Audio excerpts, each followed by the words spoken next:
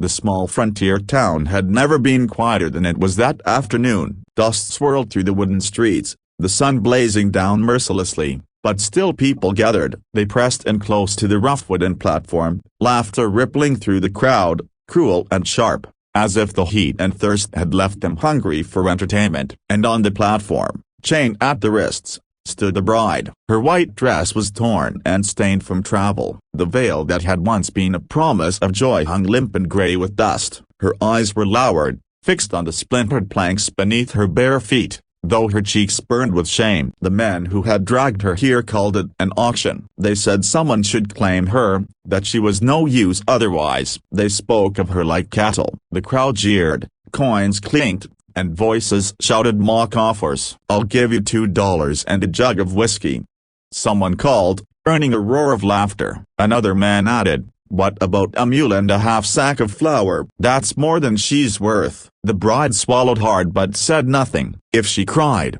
they would only laugh louder. Somewhere in the back, a woman shook her head and whispered to her neighbor, "It ain't right," but she said no more. No one ever did. The auctioneer raised his hands, smiling wide, his teeth yellow against his sunburned face. Gentlemen, this here's a young woman fit for marriage. Strong arms, clear eyes, and healthy. Who'll start us off with a real bid?" The laughter rolled again. None of it reached the bride's ears in the way they intended. She was far away in her mind, back to a place where she had once been promised safety and happiness. But promises broke easily in this land. Then came a silence. It was small at first, a dip in the noise, as if the air itself had thickened. A single voice, low but steady, carried across the crowd, "I'll take her." Every head turned. At the edge of the platform, leaning against the fence post, stood a tall man with a weathered face and kind eyes. His hat was old, his boots dusted from the long ride into town, and he held himself with the calm strength of someone who worked the land every day. The people knew him as Caleb Turner, the rancher who lived miles out by the canyon. He was a man who rarely came into town unless he needed supplies. A man who had lived alone since his wife passed years ago. For a moment the crowd held its breath. Then someone snorted. Another burst into laughter. "Caleb, you want this one?" Thought you'd sworn off women after Mary died. The rancher didn't flinch. His gaze never left the bride. "My son needs a mother," he said simply, "and I won't stand by and let her be treated like this." The words cut through the air like a blade. A murmur spread among the people, uncertain, uneasy. Kindness was rare in these parts, rarer still when a whole town was hungry for spectacle. Some mocked him, others shook their heads, but the laughter faltered. The auctioneer tried to recover. "Well now, Caleb, that's a fine offer, but you'll need to be paid for. You got money?" Caleb reached into his coat and pulled out a small leather pouch. He tossed it onto the platform. The weight of silver coins clattered against the wood. "That should be enough," he said. The auctioneer bent, counted quickly, and raised his brows. It was far more than anyone expected, enough to silence even the greediest of hecklers. The chains were unfastened, the metal clinking to the ground. The bride stood there, trembling, unsure whether to run, collapse, or simply stand still. Her arms were free, but freedom felt strange after so many weeks of captivity. Caleb stepped forward, his hands steady and open. He didn't grab her, didn't push or pull. He only offered. "You'll be safe with me," he said, his voice quiet enough that it was meant for her alone. She hesitated, her eyes flicking toward the crowd. They stared at her with curiosity, some with pity, some with envy. A few spat on the ground, bitter at the interruption of their sport. But the rancher's hand remained, patient. Slowly, cautiously, she placed her own in his. A wave of murmurs followed them as he led her down from the platform. The crowd parted, their amusement soured, replaced by something heavier they could not quite name. No one laughed now. They walked together toward his horse, tethered at the post. Caleb lifted her gently into the saddle, as though she were something fragile that might break. Then he mounted behind her, and with a firm tug of the reins, they rode out of town, leaving behind the dust, the cruelty, and the memory of laughter.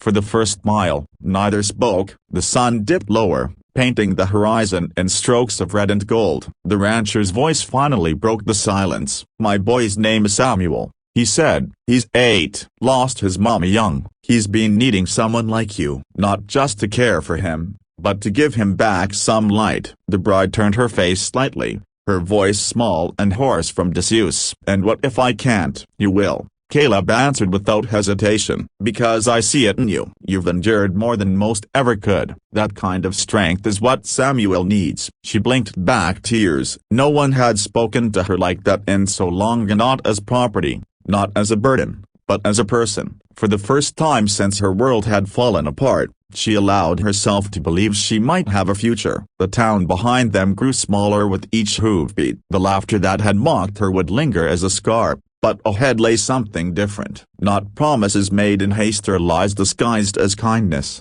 but a chance heal fragile, uncertain, but real. And though the road stretched long and the ranch lay many miles away, she straightened her shoulders, holding tight not only to the saddle but to the hope that perhaps, just perhaps, she had been rescued not merely from chains but into something like belonging. The town had been restless since morning. The kind of restless that comes when people are looking for something, anything, to break the monotony of their dusty lives. By noon, the square was filled, men and women crowding near the wooden platform, the air buzzing with chatter, boots grinding the dirt, and laughter that had more cruelty in it than joy. They had been promised a spectacle, and a spectacle they would have. At the center of it all stood the bride, chains bound her wrists, the iron cutting into skin already raw from the journey. The once white gown she wore was little more than a memory of purity, smeared with dirt, torn at the hem, its fabric clinging to her thin frame. Her veil hung crooked,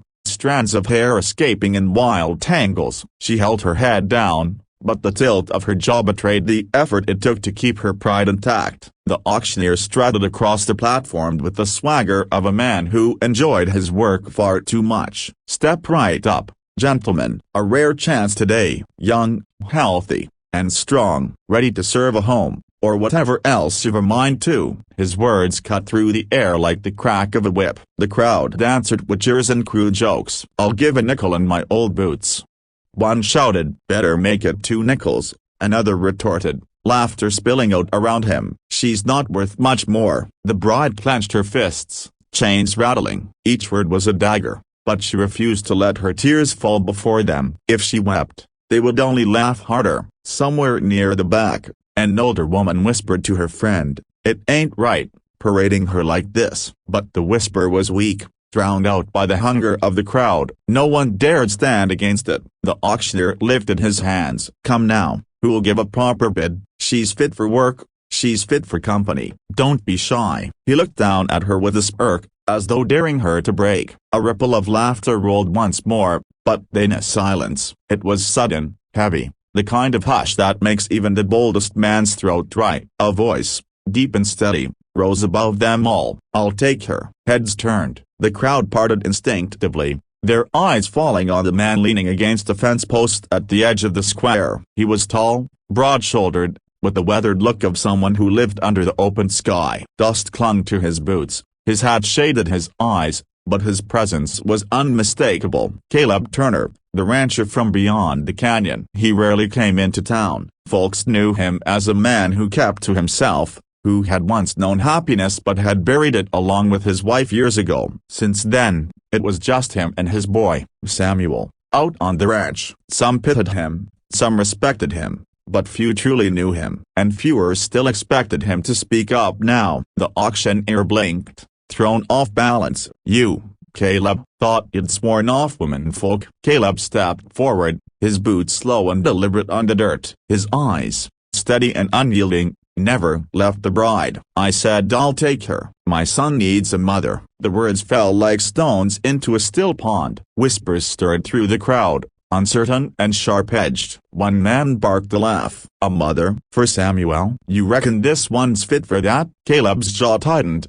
but he didn't look away. "She's fit for more than what you do to her, and I won't stand by and let her be treated like cattle." The crowd shifted uneasily. Some sneered, unwilling to let go of their cruelty. Others fell silent, shamed though they wouldn't admit it. The auctioneer cleared his throat. "Well now, fine words, Caleb, but talk's cheap. This is an auction, after all." "You got money?" Without hesitation, Caleb reached into his coat and drew out the leather pouch. He tossed it onto the platform. It hit the wood with a heavy clatter of silver coins. The auctioneer stooped, counted, and whistled low. "That's more than I expected." He looked at Caleb, then at the crowd, and finally back to the bride. "She's yours." The key scrapped against the chains, the metal falling away at last. Her wrists were free, though the red welts remained. She looked down at them, hardly believing it. For a long moment she didn't move. She had dreamed of freedom, but dreams often turned bitter. Was this another trick, another cruel twist? Then Caleb extended his hand. It was calloused from years of work,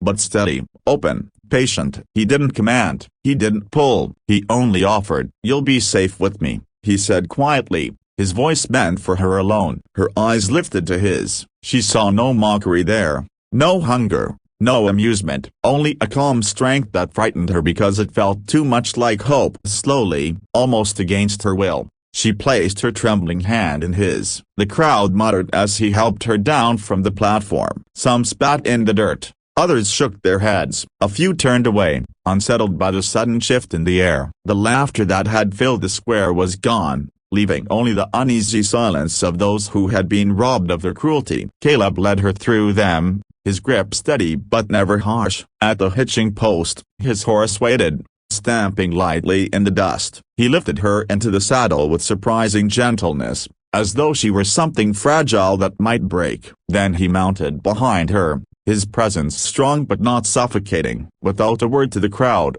he clicked his tongue and guided the horse forward. Hooves struck the dirt, carrying them away from the jeers and the chains, toward the horizon where the sun was beginning to dip low. For the first mile, silence stretched between them. The bride sat rigid, every muscle tense, afraid to believe in the freedom she had just been given. At last, Caleb spoke. "My boy's name is Samuel. He's 8 years old. Been missing his mama since she passed. He's got a good heart, but he needs someone to remind him the world can still be kind." She turned her head slightly, her voice hoarse from disuse. "And you think I can do that?" "I know you can," Caleb said, "because I see it in you. You've stood through things that would have broken most. That kind of strength, that's what Samuel needs." Her throat tightened, tears burning her eyes. It had been so long since anyone spoke to her as if she had worth, as if she could be more than a burden. The words settled into her like rain on parched ground. The town shrank behind them,